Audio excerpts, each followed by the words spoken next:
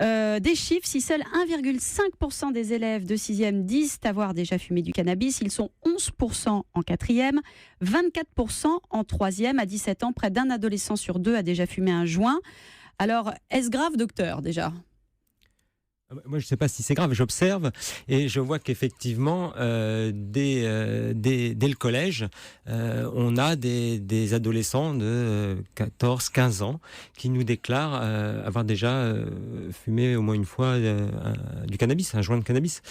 Donc voilà, ça me semble jeune. Alors, je vais juste poser la question à Aude Stellin. Est-ce que c'est grave ? Parce que c'est vrai qu'on a toujours l'impression que les jeunes fument un joint, parfois de temps à autre.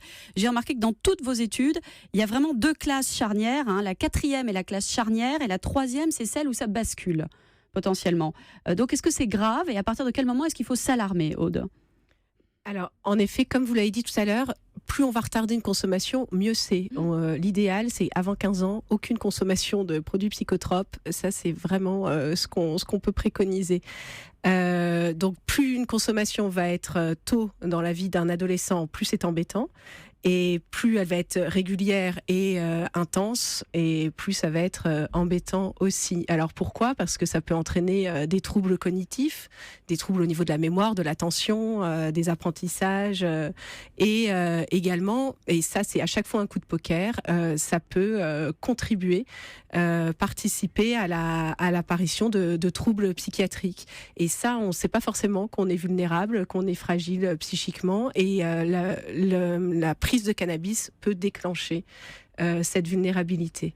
Donc ça, c'est vraiment important de le rappeler régulièrement et de permettre aux adolescents de réfléchir à ce qu'ils recherchent. Donc au niveau de l'image de soi, tout à l'heure je disais que c'était vraiment une conduite sociale, et aussi par rapport à la recherche de sensations.